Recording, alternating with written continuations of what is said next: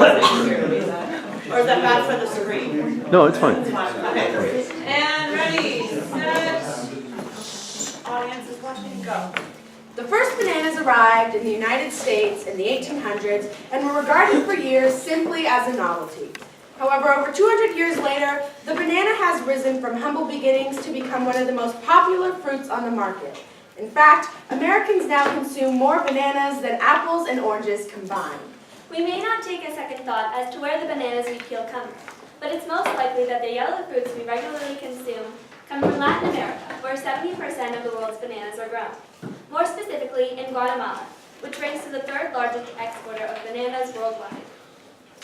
Americans love bananas. In fact, today, an average American consumes about 26 pounds of bananas annually. In 2013, banana sales abroad generated revenues of $623 million, up 25% from 2012.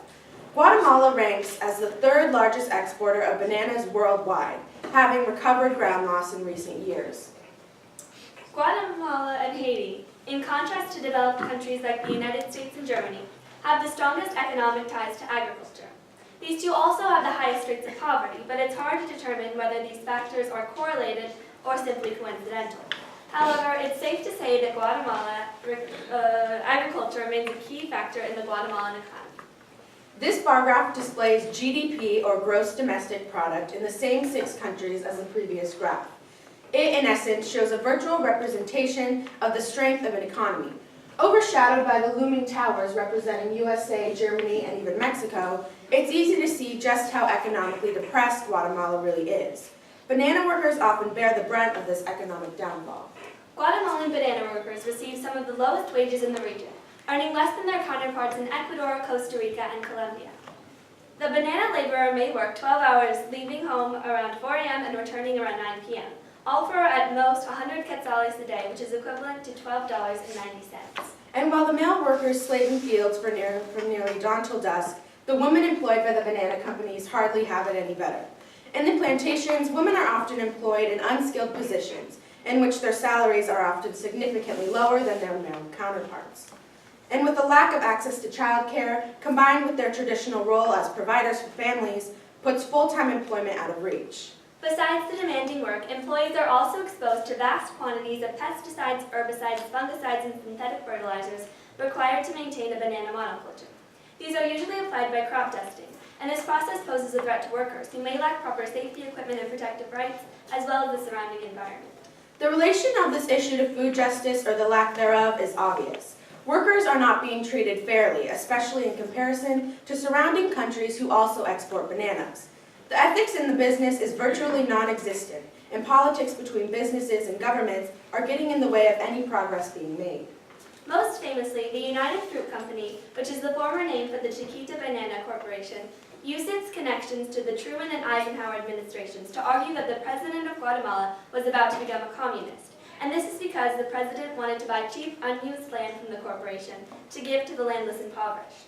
In response, in 1954, the United States authorized a CIA-backed invasion of Guatemala to scour historical archives to ensure that he truly was a communist.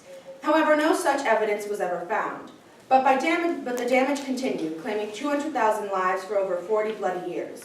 And all throughout the time of civil unrest, the land remained in the company's hands.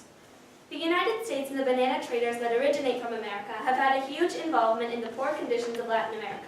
The encroachment of American companies also took a toll on the native people. Pablo Neruda exemplifies this angst and unrest in his poignant poem, La United Fruit Company, where he solemnly comments on the desperation of the people.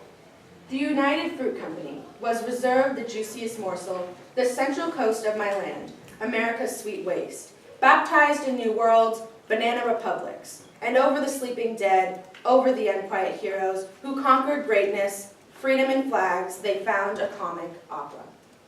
Workers are desperate for even common civil rights. Guatemala is now reported to be the most dangerous country in which to be a trade unionist. The representative for around 80% of banana workers in Guatemala state that they would not be opposed to the forming of unions. However, they argue that unions aren't necessary because needs are already being met.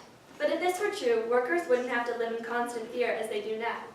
It's been proven that Guatemalan workers' rights activists face serious threats. In 2008, the founder of Southern Guatemala's Banana Workers Union, Miguel Angel Ramirez, was assassinated in 2011. Ayer Joel Hernandez Godet, a finance secretary and the Izabal Banana Workers, was shot repeatedly by unknown assailants. The dangers that plague those who fight for fundamental rights are very real and very severe. Unions would give workers rights to health benefits they have lacked for years. Unionized banana workers in Latin America can make $10 a day, with benefits equivalent to another $10 a day. They also have access to health care, schools for their children, and housing. According to the International Confederation of Free Trade Unions, the Guatemalan Constitution recognizes worker freedoms as an association, worker freedom of association, and states that all workers retain the right to form and join trade unions. Workers would have the right to organize and bargain collectively under the condition that 25% of the total workers are in agreement. Although this issue obviously encompasses a number of problems, one of the most prominent and undeniable issues concerning banana plantations in Guatemala is the ethical aspect. From an ethical lens, banana workers being deprived of proper unions is wholly unexcusable, as it denies basic human rights and the chance of a stable life for workers and their children. From an economic lens, the mistreatment of Guatemalan banana workers is detrimental to not only the citizens, but the overall economy. With such a brittle economy already, the only option for most of the population is to work for menial wages in the banana plantations, only furthering the monopolization of the economy at the hands of wealthy corporations. Though delectable and rich in potassium, bananas and the industry they represent have a deep and tragic dark side. What lies hidden beneath the peel is fundamental unethicality and horrendous conditions thrust upon helpless laborers. America has played a crucial role in where Guatemala is today, but if we aid the Unionists, we may be able to reconcile our past misdemeanors and take one step closer to righting our wrongs.